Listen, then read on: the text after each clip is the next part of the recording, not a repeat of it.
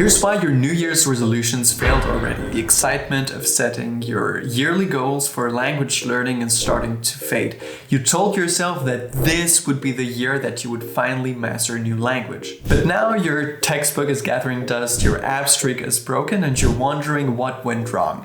Let's face it, setting goals is easy, but sticking to them is a different story. Many language learners start out the year full of excitement and motivation, only to burn out just a few weeks later. If this sounds familiar, don't worry, you're not alone. In fact, this used to be me just a few years ago, but since then I've learned from my mistakes, which led me to becoming fluent in 7 languages. But here's the good news.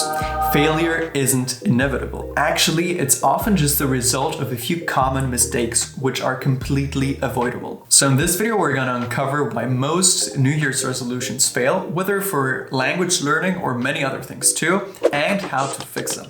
To do this, let me share with you 3 key reasons of why your resolutions may have failed already, and at the end I'll give you a simple strategy to make sure that your goals will work for you this time. One of the biggest mistakes people make is setting unrealistic expectations. You might have decided, I'll be fluent by the end of the year, or I'll study for 5 hours every day. While these goals sound ambitious and exciting, they can quickly become overwhelming. Language learning is a marathon, not a sprint, and fluency doesn't happen overnight. When your expectations are too high, even small setbacks can feel like major failures, making it tempting to give up entirely. Instead of aiming for perfection, focus on progress. Start small and build momentum. For example, instead of setting a vague goal like to be fluent, try something more specific and manageable, like learn 50 new words this month, or try a 5-minute conversation in my target language by the end of March. These smaller wins will keep you motivated and make the whole process just more enjoyable. The second pitfall is lack of consistency. It's easy to start with great intentions, planning to study for hours every day, but life inevitably gets in the way. You miss a day, then 2, and suddenly it feels like you've fallen too far behind to even catch up.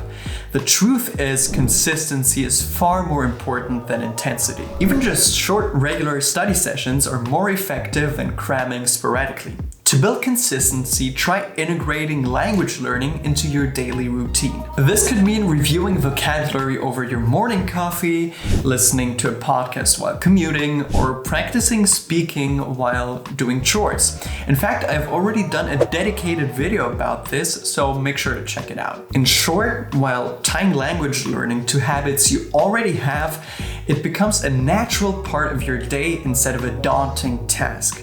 And remember, even just 10 minutes a day can go a long way and lead to significant progress over time. Another reason why resolutions fail is using methods that don't align with your goals or learning style. For instance, if your main goal is conversation, you might spend hours doing grammar drills while avoiding speaking practice. Or you might solely rely on passive activities like watching videos, which is great and enjoyable, but it often lacks active engagement also. The solution is to tailor your approach to your specific needs.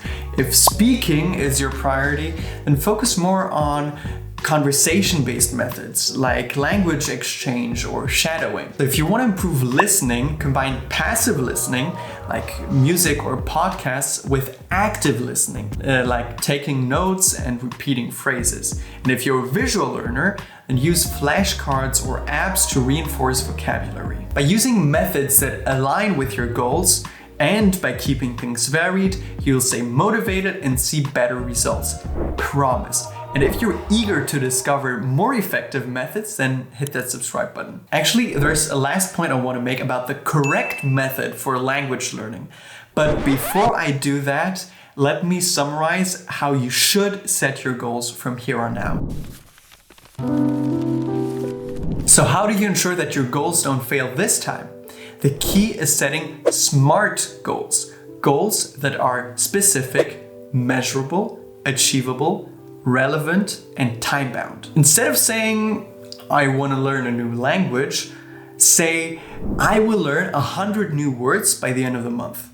Make it measurable so you can track your progress, achievable so it feels realistic, relevant to your ultimate goals, and time-bound to create a sense of urgency. Let's break down the aforementioned example goal and how it fulfills each point. By setting the goal to learning words, you make the goal more specific as well as dependent on yourself and your actions instead of just hoping to magically speak a new language at the end of the year. By setting a number, in this case 100, you make your goal measurable. At the end of the day, you can be 100% sure if you succeeded or failed at it. Learning 100 new words per month is definitely not easy, but it's also not as impossible as wanting to immediately converse with natives. In fact, when I learn a new language, I always try to learn 20 words per day, which ultimately adds up to 600 new words per month.